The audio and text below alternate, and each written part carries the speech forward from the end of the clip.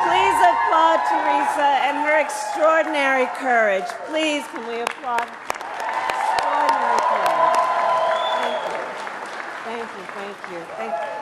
Please have a seat, everyone. Thank you.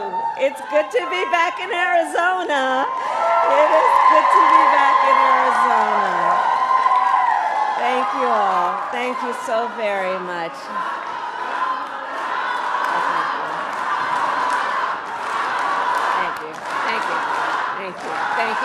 Thank you. I appreciate it. Thank you so very much. I just wanted for a moment to speak about Teresa. We had some time together backstage, and you know, I think that in moments of crisis, such as the fentanyl crisis, there are people who, through their suffering and their pain, rise with courage in such a selfless way to be a voice for others with the anticipation and the hope and the hard work of hoping that their story will be the reason other people don't have that story. And you sharing your story about Jacob and your advocacy on why we have to stop this scourge is so incredibly important. And again, I applaud Teresa, and I know we all do. And our need to stop this issue is one of the reasons that we are all here together today. I also want to thank the extraordinary elected officials who are here. Senator Mark Kelly came with me. And his extraordinary wife, Gabby Giffords, traveled with me from Washington, D.C. to be here. And Senator Kelly has been talking with me for quite some time about the importance of this visit. And so I thank you in front of all of our friends for your work. Thank you.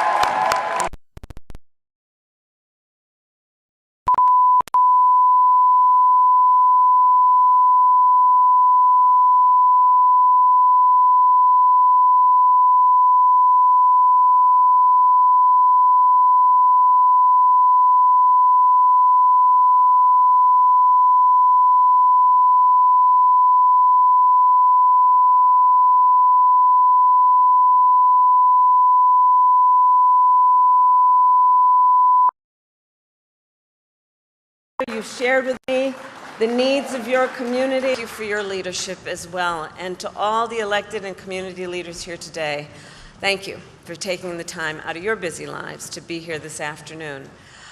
Before I begin, I do want to say a few words about Hurricane Helene.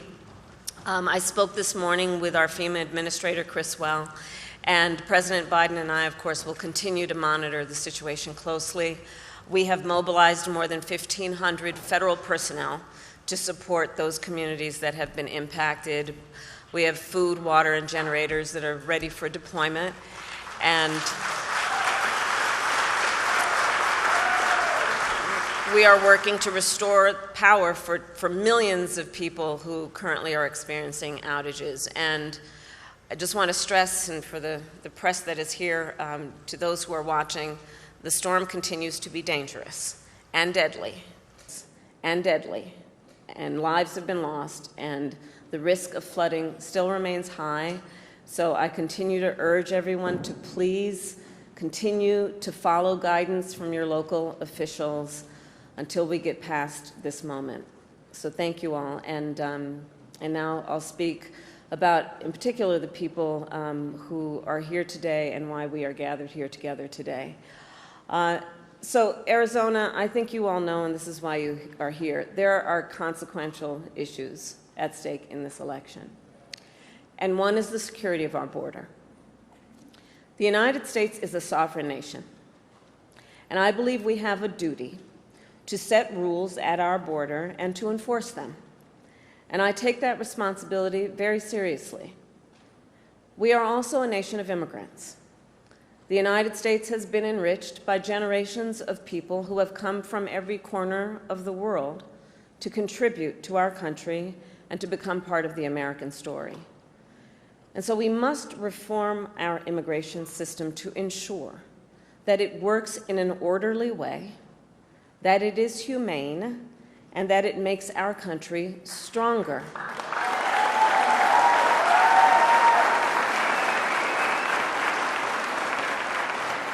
So I've just come from visiting the border and the port of entry in Douglas. I spoke with dedicated agents from Border Patrol and Customs officers who every day see the overflow of commercial traffic through the port. These men and women who work there and at other places along our southern border help keep our nation secure. And they need more resources to do their jobs, which is why we have and are in the process of investing $500 million to modernize and expand the port of entry here in Douglas.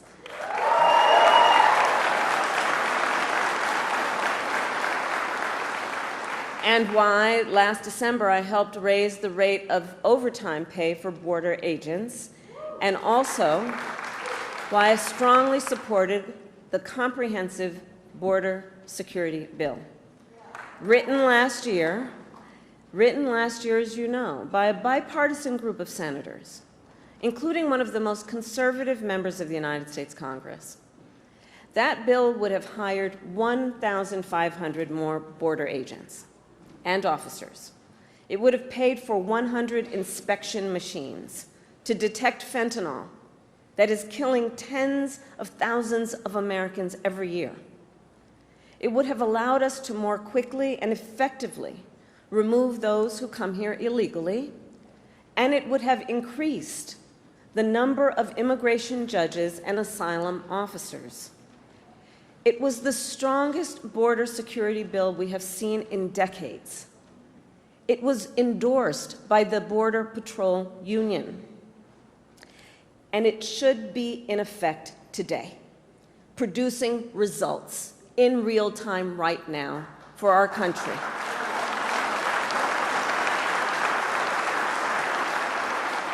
But Donald Trump tanked it. He picked up the phone and called some friends in Congress and said, stop the bill. Because you see, he prefers to run on a problem instead of fixing a problem. And the American people deserve a president who cares more about border security than playing political games and their personal political future.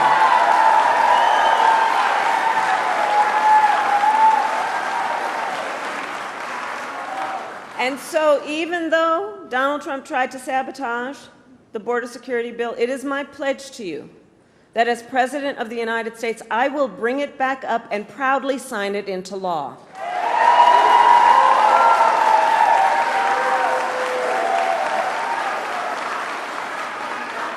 And let me say, the issue of border security is not a new issue to me. I was Attorney General of a border state for 2 terms.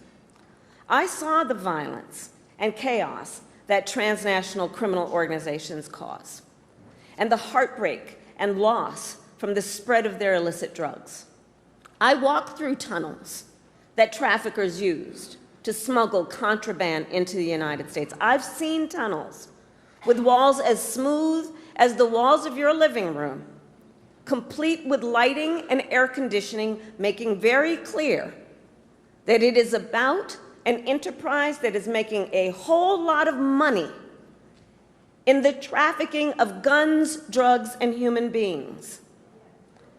And my knowledge on how they work comes from the fact that I have prosecuted transnational criminal organizations who traffic in guns, drugs, and human beings. My team and I broke up a heroin trafficking ring in the Bay Area with ties to Mexican cartels.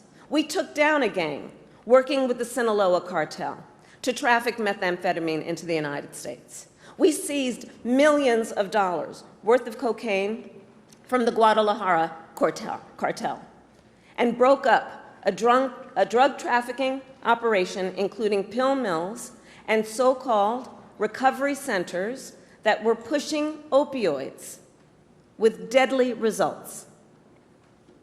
As Attorney General of California, it was 10 years ago that I brought a bipartisan group of American attorneys general and led that group to travel to Mexico City to meet with Mexican attorneys general to address this issue, and in particular, to increase intelligence sharing on gang activity.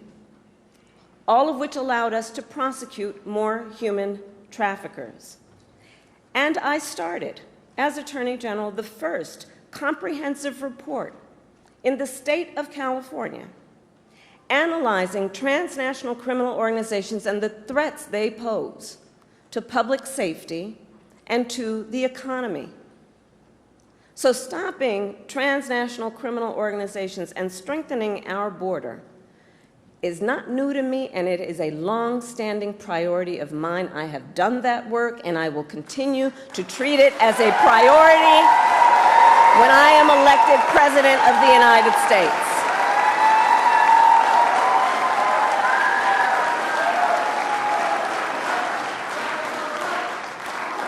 And it is my pledge to you, understanding how solutions get formed, that I will reach across the aisle and I will embrace common sense approaches and new technologies to get the job done. Because I know transnational gangs coming across the border, trafficking in guns, drugs, and human beings could care less who somebody voted for in the last election. They could care less. They've got one goal in mind. And it is therefore critically important that anybody who calls themselves a leader would work with other leaders for common sense solutions, understanding the pain and the suffering that Americans are experiencing if we don't work together to fix these problems. And look, transnational gangs, one of the things I know about them, they are always innovating. So to disrupt them, we must do the same. And that means, again, working together in real time, grounded on finding common sense approaches, not just about some rhetoric at a rally, but actually doing the work of fixing a problem.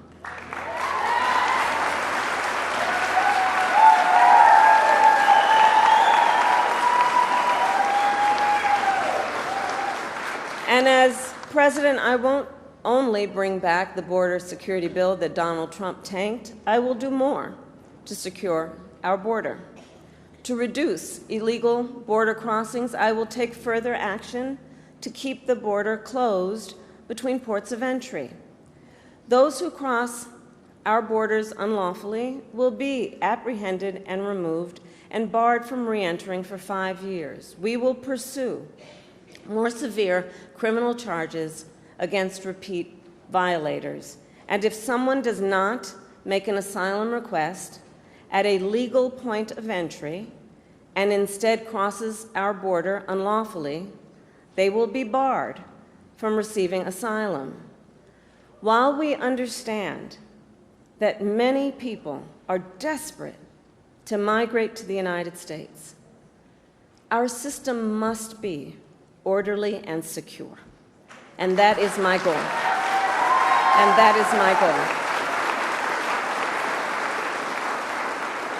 Securing our border also means addressing the flow of fentanyl into our communities. Fentanyl is a scourge on our country. The nature of it as a drug is such that it is highly addictive and it is highly lethal. So much so that using it one time only can be fatal. I have met far too many families, parents, loved ones who have lost a family member, a child, to fentanyl. And their grief is heartbreaking. And the devastation caused by fentanyl is being felt from rural communities to big cities. It's impacting communities across our country, regardless of where they are geographically, politically, or any other demographic you choose to talk about. It's a scourge in our country, and we have to take it seriously. And as president, I will make it a top priority to disrupt the flow of fentanyl coming into the United States.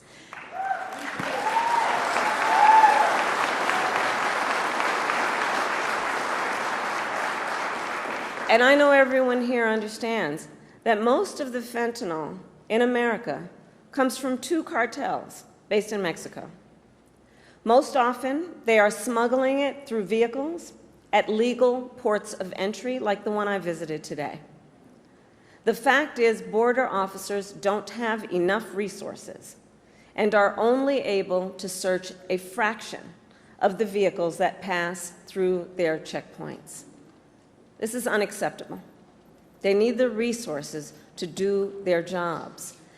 And as we could have done with that border security bill, I will surge support to law enforcement agencies on the front lines, more personnel, more training, and more technology, including 100 new inspection systems that can detect fentanyl hidden in vehicles. And we will make sure that our ports of entry, including airports and seaports, have additional state-of-the-art technology to detect fentanyl and the chemical tools used to make it. I will also double the resources for the Department of Justice to extradite and prosecute transnational criminal organizations and the cartels. Yes.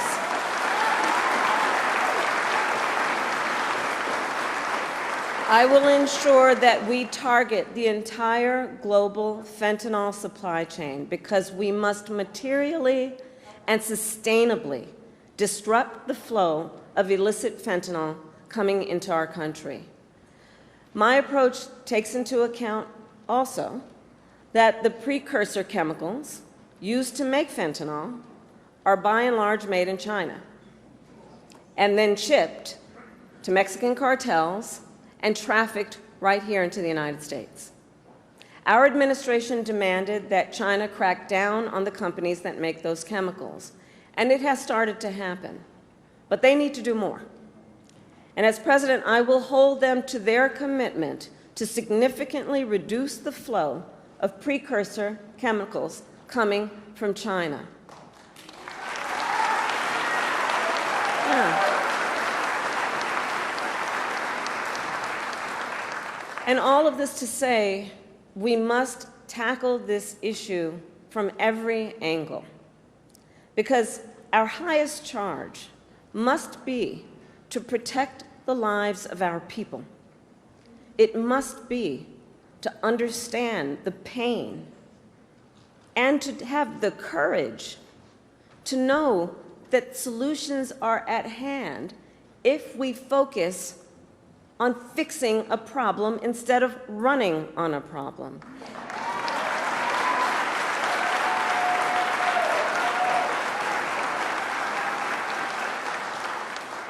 And on this issue, writ large, we must ensure that our country remains strong and competitive, which includes fixing our broken immigration system.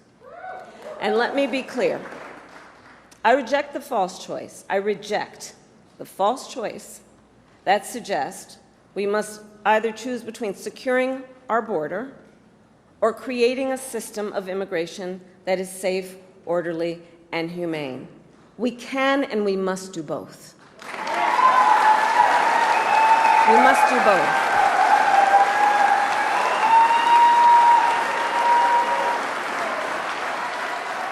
And we need clear legal pathways for people seeking to come into our country. And we must make our current system work better. For example, it can take years for asylum claims to be decided. Well, this is a problem we can solve, including by hiring more asylum officers and expanding processing centers in people's home countries. And as president, I will work with Congress to create, at long last, a pathway to citizenship for hardworking immigrants who have been here for years. For years.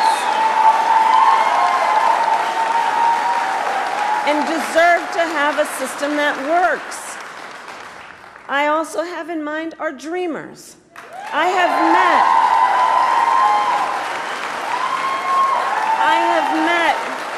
with so many of our dreamers throughout my career. They who have grown up in the United States, were educated here, pay taxes here, serve in our military, and contribute to our communities every day. They are American in every way. But still, they do not have an earned pathway to citizenship. And this problem has gone unsolved at this point now for decades. The same goes for farm workers, who ensure that we have food on our tables and who sustain our agricultural industry. And they too have been in legal limbo for years because politicians have refused to come together to fix our broken immigration system. Well, as president, I will put politics aside to fix our immigration system and find solutions to problems which have persisted for far too long. For far too long, we have all known this is not working as it can and as it should. And so, as I said at the beginning, these issues are highly consequential for our nation. And the contrast in this election is clear. It is a choice between common sense solutions and the same old political games. In the 4 years that Donald Trump was president, he did nothing to fix our broken immigration system. He did not solve the shortage of immigration judges. He did not solve the shortage of border agents. He did not create lawful pathways into our nation. He did nothing to address an outdated asylum system and did not work with other governments in our hemisphere to deal with what clearly is also a regional challenge. As overdoses went up during his presidency, he fought to slash funding for the fight against fentanyl. And what did he do instead? Well, let's talk about that. He separated families. He ripped toddlers out of their mothers' arms, put children in cages, and tried to end protections for dreamers. He made the challenges at the border worse. And he is still fanning the flames of fear and division. And let me be clear, that is not the work of a leader. That is not the work of a leader. And that is, in fact, I think we all believe, an abdication of leadership.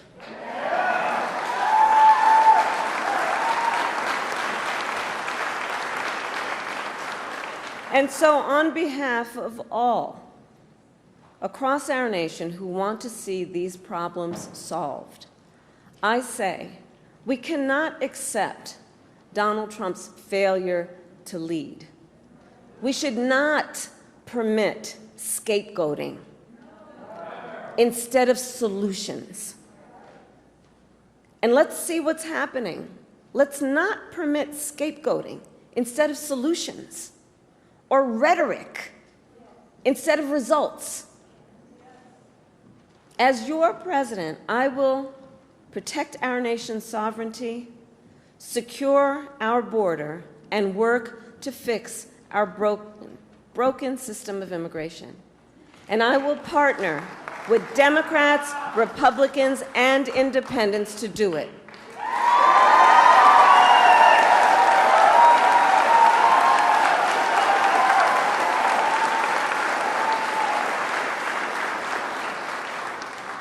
Arizona, it is time for us to turn the page on the ugly battles that have characterized our politics. And it is time to move forward together to achieve real solutions that make our country stronger. And I know we can get this done. I know we have the will. I know we have the courage. I know the solutions are at hand, and I know we are ready. And so with all of that, I say thank you.